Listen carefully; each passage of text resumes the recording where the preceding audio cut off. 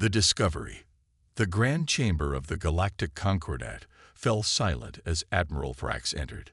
The massive Taurian's 4 arms were clasped formally behind his back, his scaled skin reflecting the ambient light of the thousands of holographic displays that surrounded the central platform. Representatives from over 300 species turned their attention to him. Sensing the gravity of his report before he even spoke, High Chancellor Mira, the ancient luminary whose bioluminescent tentacles had dimmed with age, gestured with a graceful motion. The Council recognizes Admiral Vrax of the Taurian Defense Force. You may present your findings. Vrax approached the central dais, his footsteps echoing in the cavernous chamber. The curved walls of the Council Hall on Nexus Station, the artificial megastructure that served as the political center of known space, seemed to lean in to hear his words. Esteemed representatives, he began, his deep voice resonating through the translator fields. 14 standard cycles ago, our deep space reconnaissance vessels detected unusual energy signatures emanating from the Obscura sector. Murmurs rippled through the assembly. The Obscura sector had been deemed uninhabitable for millennia, its strange gravitational anomalies and radiation storms making it impassable to conventional vessels. We dispatched an exploratory team with specialized shielding. Vrax continued, activating the central holographic display. A 3-dimensional star map materialized above the platform, zooming in on a region of space marked by swirling distortions. What they discovered challenges everything we believe about our galactic history. The map shifted, revealing an organized network of artificial structures hidden within the chaos of the Obscura sector, space stations, shipyards, and what appeared to be heavily armed defense platforms. These installations, Vrax said, mandibles clicking with tension, utilize technology that follows no known design principles in our databases. And then there's this. He tapped a command, and the hologram changed to show a recorded transmission. The image flickered to life, displaying a bipedal creature with a flat face, 2 eyes, and a covering of hair on its head. Its skin was a shade of brown, and it wore some kind of uniform with unfamiliar markings. The being spoke in a language that seemed to combine harsh consonants with melodic vowels. No translation appeared alongside it. Our linguists cannot decipher this language, Vrax admitted. But the transmission ended with this symbol. The hologram shifted again to display a stylized representation of a blue-green world with swirling white clouds and a single natural satellite. Gasps echoed throughout the chamber. Earth, whispered Chancellor Mira, her voice barely audible yet somehow reaching every corner of the hall. Impossible, shouted Krelvor, representative of the Vexari hegemony. Humans are myths, cautionary tales we tell our young ones. They never existed. The chamber erupted into chaos. Stories of humans had persisted for thousands of years. Tales of a supposedly primitive species that had nonetheless developed technology capable of challenging the most advanced civilizations. According to legend, they had been eradicated during the Great Purge, an event so ancient that most scholars considered it apocryphal. Admiral Vrax raised all 4 of his arms for silence. I understand your disbelief. I shared it. But there is more. He activated another recording. This was captured just before our exploratory vessel retreated.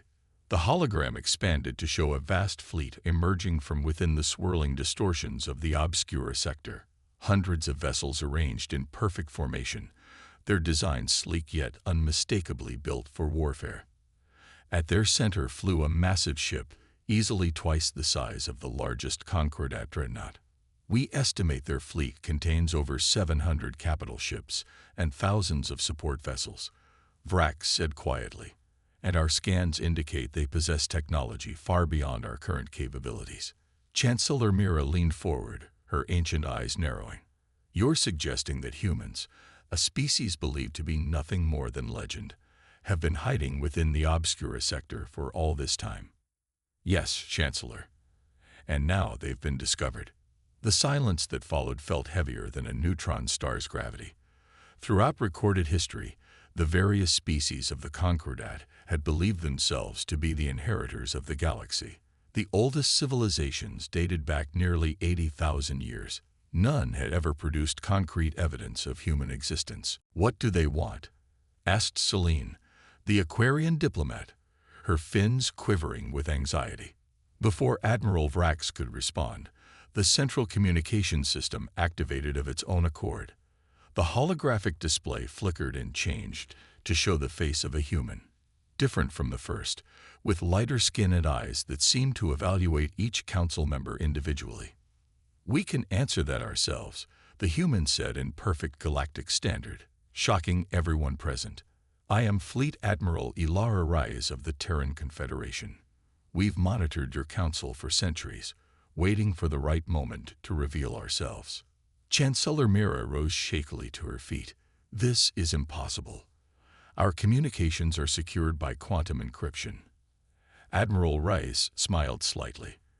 "A technology we mastered 2,000 years ago, Chancellor." She glanced down briefly, then continued. "We've sent a diplomatic vessel to your coordinates. It will arrive in 36 hours. I suggest you prepare for a long overdue conversation." The transmission ended, leaving the council in stunned silence. For the next day and a half, Nexus Station became a hive of frantic activity. Emergency sessions debated everything from peaceful reception to immediate military mobilization. Historical databases were searched for any concrete information about humans, yielding only fragments of myth and legend. Some stories claimed humans had been peaceful explorers. Others described them as ruthless conquerors who had nearly dominated the galaxy before being defeated. A few even suggested they had created several of the current Concordat species through genetic engineering, a notion most found deeply offensive. Admiral Vrax reviewed the limited sensor data they had gathered from the human fleet. Their energy signatures indicated a form of propulsion that somehow manipulated spatial dimensions, something Concordat scientists had theorized but never achieved. Their hulls contained alloys of unknown composition, and their weapon systems remained dormant but clearly present. "They could have attacked at any time," he muttered to his aide. "Why reveal themselves now?" The answer came precisely when promised. A single human vessel appeared near Nexus Station, bypassing all defensive systems without triggering a single alarm. It wasn't particularly large, roughly the size of a standard Concordat cruiser, but scans showed it was virtually impenetrable to their sensors. A delegation of human representatives requested permission to board. After brief deliberation, the council agreed. The humans who entered the confrontation. The Alliance Council chambers had never seen such frantic activity. Delegations from every member species huddled in urgent discussion as Ambassador Chen's revelation sank in. "You claim this ancient enemy has returned," Chancellor Mira said, her voice wavering slightly, "yet you offer no proof beyond your word." Admiral Ilara Reyes, who had joined the human delegation, stepped forward. Unlike Ambassador Chen's diplomatic demeanor, Reyes radiated military precision in every movement. 6 months ago, our deep space monitoring stations detected quantum distortions consistent with the Harbinger signatures from our historical records, she explained, activating a holographic display. "We've tracked their movements across what you call the outer rim." The display showed anomalous energy patterns moving methodically through uninhabited systems.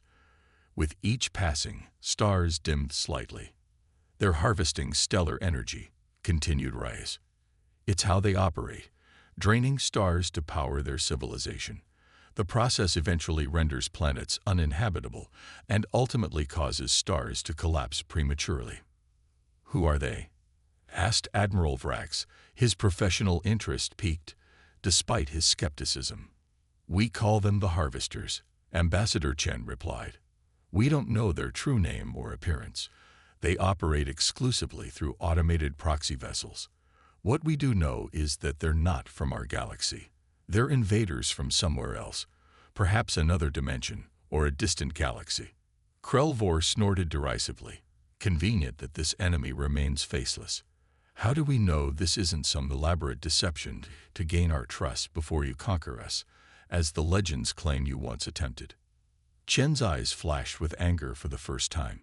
If conquest were our goal, Representative Krelvor, we wouldn't need elaborate deceptions. Our technology surpassed yours centuries ago.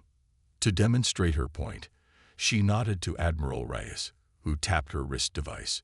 Instantly, the chamber's lights flickered, and all holographic displays vanished. Security droids froze in place. Even personal communication devices went dead. After 10 seconds of stunned silence, Reyes tapped her device again, and everything returned to normal. That was a localized electromagnetic disruption, Reyes explained calmly. Non-damaging and temporary. We could have deployed far more devastating measures. The fact that we didn't should tell you something about our intentions. Chancellor Mira's bioluminescent tentacles pulsed with agitation. You've made your point, Admiral. But understand that trust must be earned, especially with a species whose very existence has been shrouded in myth and fear. We understand, Chen acknowledged, which is why we're prepared to share limited access to our technology as a gesture of good faith. Specifically, our stellar monitoring network, which will allow you to verify our claims about the harvesters independently. She activated her own holographic display, showing a complex web of sensor buoys extending throughout the galaxy. For centuries, we've maintained this network, watching not only your civilizations, but also the far reaches where conventional sensors cannot penetrate. It was through this network that we detected the harvester's return. The scientific representatives in the council leaned forward with undisguised interest. The network Chen displayed represented surveillance capabilities far beyond anything the Concordat possessed. Celine, the Aquarian diplomat, raised a webbed hand. Ambassador, if your surveillance is so extensive, why didn't you detect the harvesters sooner? Why wait until they reached the outer rim?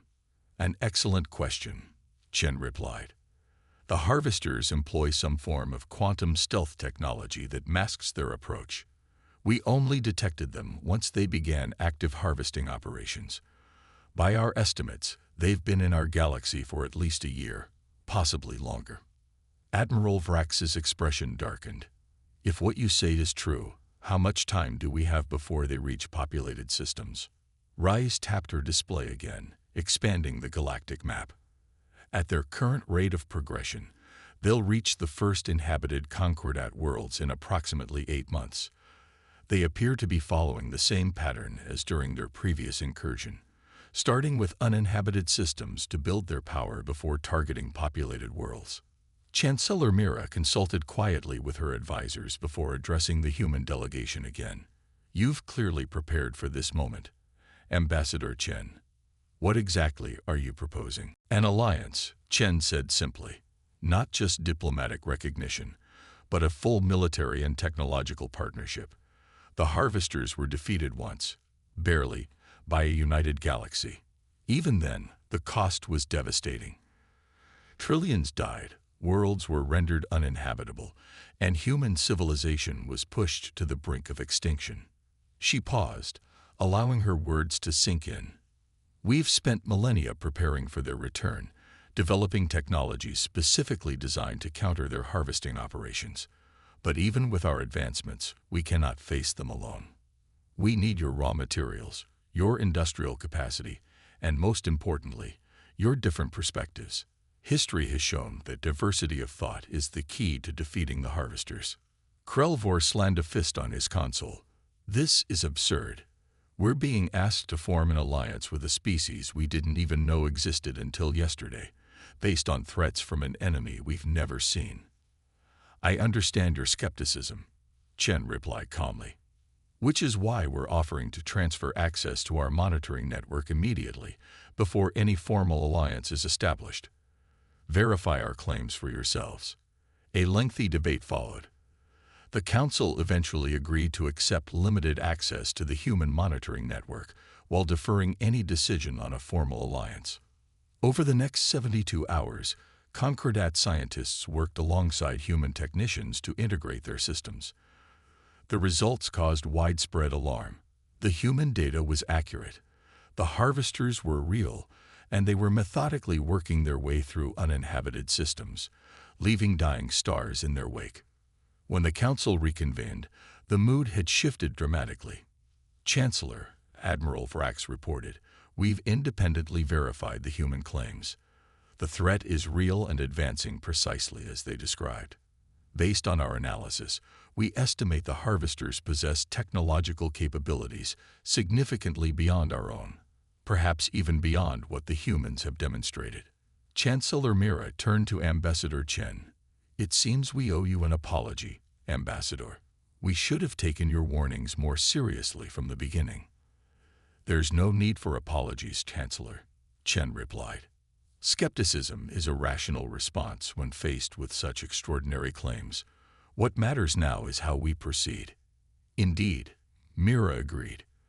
"The question before this council is whether to accept your proposal for an alliance.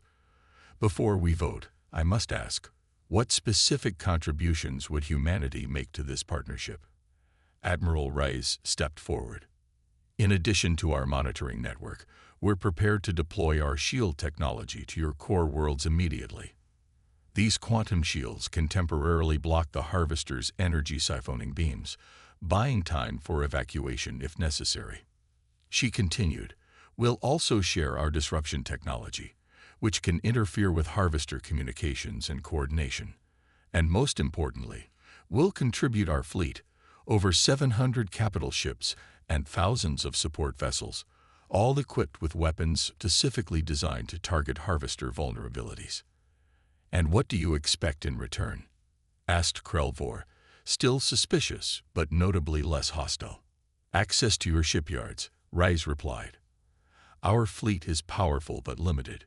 We've been constrained by the resources available within the Obscura sector. With access to your industrial capacity, we can expand our fleet and retrofit your vessels with our defensive technologies." "And after?" Celine asked. "Assuming we defeat these harvesters, what then? Will humanity retreat back into shadows, or do you envision a permanent place within the Concordat?" Chen smiled genuinely for the first time. "That's a question I've pondered myself, Diplomat Celine. For thousands of years, humanity has existed in isolation, developing our own culture, our own identity. We're not the same humans who fled Earth during the Great Purge. We've changed, evolved." She looked around the chamber, meeting the eyes of various representatives. "I believe the same is true of your civilizations. Perhaps the galaxy is ready for a new chapter, one where humans and other species can coexist as equals, learning from each other rather than fearing each other." Chancellor Mira's tentacles brightened slightly, a sign of approval among the luminary. "A noble sentiment, Ambassador. But such discussions are for the future. For now, we must focus on survival." The vote that followed was not unanimous, but the majority ruled in favor of alliance. Within days, human technicians began arriving at key Concordat worlds, bringing with them technologies that seemed almost magical to many observers. As preparations accelerated, Admiral Rice and Admiral Vrax found themselves working closely together, coordinating the integration of human and Concordat forces. Despite their many differences, they discovered a shared military pragmatism that transcended species. "Your tactical doctrines are unconventional," Vrax observed during one planning session. "You rely heavily on small, agile strike forces rather than overwhelming firepower." "A necessity born of our circumstances," Rice explained. "For centuries, we prepared to fight an enemy we knew would vastly outnumber us. We couldn't match them in scale, so we developed alternatives." "Guerrilla warfare on a galactic scale," Vrax mused. "Fascinating." "We call it asymmetric engagement," Rice corrected with a slight smile. "And it's just one approach. With your resources added to ours, we can develop new strategies that combine our different strengths." As they spoke, alerts flashed across their tactical displays. The harvesters had accelerated their advance, changing course toward populated systems. "They know," Rice said grimly. "Somehow, they've detected our preparations. Vrax's mandibles clicked nervously. We're not ready. We need more time to implement your defensive technologies. Reyes straightened, her expression hardening into resolute determination. Then we'll have to buy that time. Part 3. The Alliance. The human vessel Defiance emerged from quantum space at the edge of the Cygnus system, its sleek form a stark contrast to the bulkier Concordat ships that accompanied it. On the bridge, Admiral Ilar Reyes studied the tactical display showing the approaching harvester vessels, 3 massive cylinder-shaped craft surrounded by swarms of smaller autonomous units. "Status report," she ordered, her voice calm despite the gravity of the situation. "Quantum shields at full capacity," reported Lieutenant Commander Jackson. "Disruption arrays charged and ready. The Concordat vessels are in position, though only half have been retrofitted with our defensive systems." Admiral Vrax's image appeared on the communication screen. "The civilian evacuation is still underway, Admiral Reyes. We need at least 6 more hours to complete it." Reyes nodded. "We'll give you those hours, Admiral. Prepare to engage on my mark." This was humanity's moment of truth. After millennia of hiding, they were fighting in the open alongside allies who, until recently, had considered them mythical. The irony wasn't lost on Reyes, but she had no time to dwell on it. "Deploy sensor buoys," she ordered. "Full spectrum analysis. Let's see what adaptations they've made since our last encounter." The data began flowing in immediately. The harvesters had indeed evolved their technology. Their energy siphoning beams were more focused, their hulls more resistant to conventional weapons. But the fundamental principles remained the same. They still rely on a centralized command structure, Reyes noted. The larger vessels coordinate the smaller units through quantum entanglement. If we can disrupt that communication, the autonomous units will become disorganized. Vrax finished the thought. A viable strategy, but getting close enough to deploy your disruption technology will be challenging. Reyes smiled grimly. "That's why we're not going to get close. We're going to make them come to us." She outlined her plan quickly. The human vessels would present themselves as tempting targets, appearing vulnerable while the Concordat fleet remained hidden behind the system's asteroid belt. Once the harvesters committed to pursuit, the humans would lead them into a carefully prepared trap. "It's risky," Vrax observed. "If your shields fail, you'll be exposed to their energy siphoning beams." "Risk is a human specialty, Admiral," Reyes replied with a tight smile. "We've spent thousands of years preparing for this moment. Trust us." The plan was set in motion. The human fleet advanced openly toward the harvester formation, weapons charged but not firing. As predicted, the harvesters altered course to intercept, accelerating toward what they perceived as easy prey. "They're taking the bait," Lieutenant Commander Jackson reported. "Energy readings indicate they're preparing to deploy siphon beams." "Hold position," Reyes ordered. "Let them commit fully before we react." The tension on the bridge was palpable as the distance closed. At 5,000 kilometers, point-blank range in space combat, Reyes gave the order. "Now, full reverse thrust, deploy disruption arrays." The human vessels suddenly reversed course, releasing dozens of small, autonomous devices that accelerated toward the harvester formation. Simultaneously, the hidden Concordat fleet emerged from the asteroid belt, attacking from the opposite direction. The disruption devices detonated in a cascading wave, sending pulses of quantum interference that severed the communication between the central harvester vessels and their autonomous units. The effect was immediate and dramatic. The smaller units began moving erratically, some colliding with each other, others firing weapons in random directions. "It's working," Vrax exclaimed, his normally stoic demeanor breaking into something resembling excitement. "Their coordination is failing. Press the advantage," Reyes ordered. "Focus fire on the central vessels while they're isolated."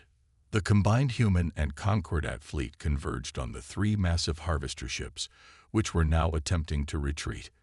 But without their protective screen of smaller units, they were vulnerable to the specialized weapons the humans had developed, quantum phase torpedoes, designed to penetrate their advanced shielding. The battle raged for hours, a dazzling display of light and energy, as the most advanced technologies of three civilizations clashed in the void of space. Losses mounted on both sides. Several Concordat vessels were crippled by Harvester counterattacks, and even 2 human ships suffered critical damage. But the outcome was never really in doubt. The Harvesters, accustomed to overwhelming technologically inferior opponents, found themselves outmatched by the combined strength of humanity and the Concordat. When the last Harvester vessel exploded in a cascade of quantum energy, a cheer erupted across the communication channels. Victory! Vrax declared, his mandibles clicking rapidly in the Taurian expression of satisfaction. But at what cost? Reyes surveyed the damage reports flowing across her screen. The cost was high, she acknowledged. But this was just the first engagement. The main Harvester fleet is still out there, and they'll adapt to our tactics now that they've encountered them. Then we must adapt faster, Vrax replied. Together. In the days that followed, analysis of the Harvester wreckage yielded valuable insights. The autonomous units were controlled by advanced artificial intelligence, programmed to harvest energy and eliminate resistance but lacking true sentience. The larger command vessels contained no organic components whatsoever. The Harvesters, whatever they originally were, now appeared to be fully synthetic entities. Most significantly, the Concordat scientists confirmed what the humans had long suspected. The Harvesters weren't native to their galaxy. Quantum signatures within their technology indicated origins in a different dimensional plane entirely. 2 weeks after the battle, the Galactic Concordat convened again on Nexus Station. This time, however, the humans weren't guests but equals, with Ambassador Chen and Admiral Reyes seated prominently among the Leadership Council. Chancellor Mira addressed the assembled representatives, her bioluminescent tentacles glowing brightly with renewed vigor. Today marks a historic moment for our galaxy, she began. For the first time in recorded history, all spacefaring civilizations have united under a common cause. Human, Taurian, Luminary, Aquarian, Vexari. We have set aside ancient prejudices and fears to face an existential threat together. She gestured toward Ambassador Chen and Admiral Reyes. Our human allies have proven their commitment to our shared future through action, not merely words. They emerged from hiding not to conquer, as our myths suggested, but to save us from a threat many of us refused to believe was real. Chen stepped forward. Chancellor Mira, honored representatives, the victory at Cygnus was significant but preliminary. Our analysts project that the main Harvester fleet will reach Concordat space within 6 months. We must use this time wisely.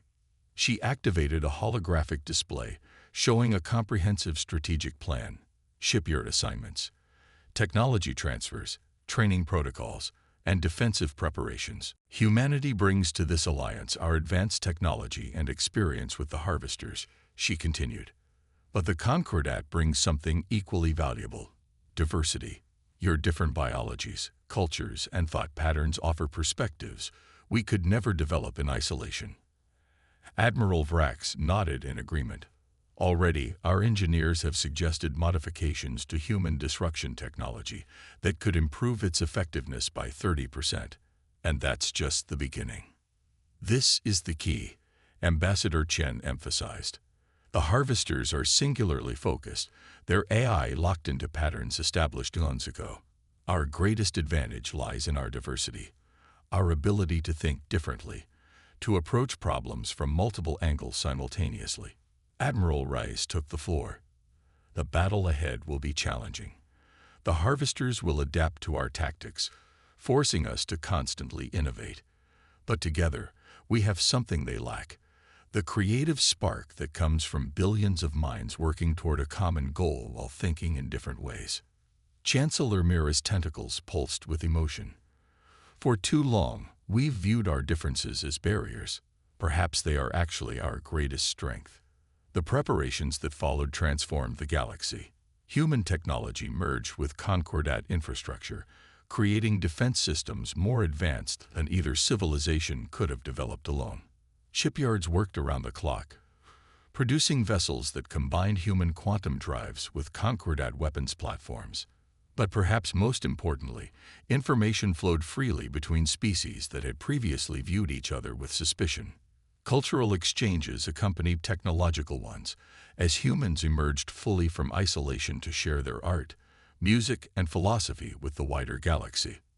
6 months later, when the main harvester fleet finally arrived at the borders of Concordat space, they encountered not divided civilizations ripe for harvest, but a united galactic alliance prepared for their tactics. The war that followed was not easy. It stretched across dozens of star systems and claimed millions of lives. But with each engagement, the alliance forces grew more coordinated, more innovative, while the harvesters struggled to adapt to opponents who constantly changed their approach. 1 year to the day after humans had first revealed themselves to the Concordat, Admiral Rice and Admiral Vrax stood together on the observation deck of Nexus Station, watching as ships from a dozen species patrolled in perfect formation. "We've pushed them back beyond the outer rim," Vrax noted. "Your analysts believe they're preparing for a full retreat from our galaxy." Rice nodded. "The harvesters seek efficient energy harvesting. When the cost exceeds the gain, they look elsewhere. Our united resistance has made this galaxy too costly for them." "And after?" Vrax asked, echoing the question posed by Celine months earlier. "When this war is truly over, what becomes of our alliance? What becomes of humanity's place in the galaxy?" Rice gazed out at the stars, each one representing worlds and civilizations that had nearly been lost. "That's not for me to decide alone. But I hope we don't retreat back into isolation. These past months have shown what we can accomplish together." "Indeed," Vrax agreed. "My people have a saying. Strength grows from the joining of different roots. Perhaps that is the lesson of this conflict." "Perhaps," Rice said thoughtfully. "Or perhaps the lesson is simpler. That fear of the unknown, whether it's fear of humans or fear of what lies beyond our galaxy, only makes us weaker. Understanding makes us stronger." As they spoke, a message arrived from the front lines. The last harvester vessels had been detected crossing the galactic boundary, retreating into the intergalactic void from which they had come. The war was over. The Alliance had won. But for humanity and the Concordat, a new chapter was just beginning. A future where the species once feared as mythical conquerors would help lead a united galaxy into an age of unprecedented cooperation and discovery. They had reclaimed not just their place in space, but their place in history, not as the villains of ancient legends, but as partners in a greater story yet to be written.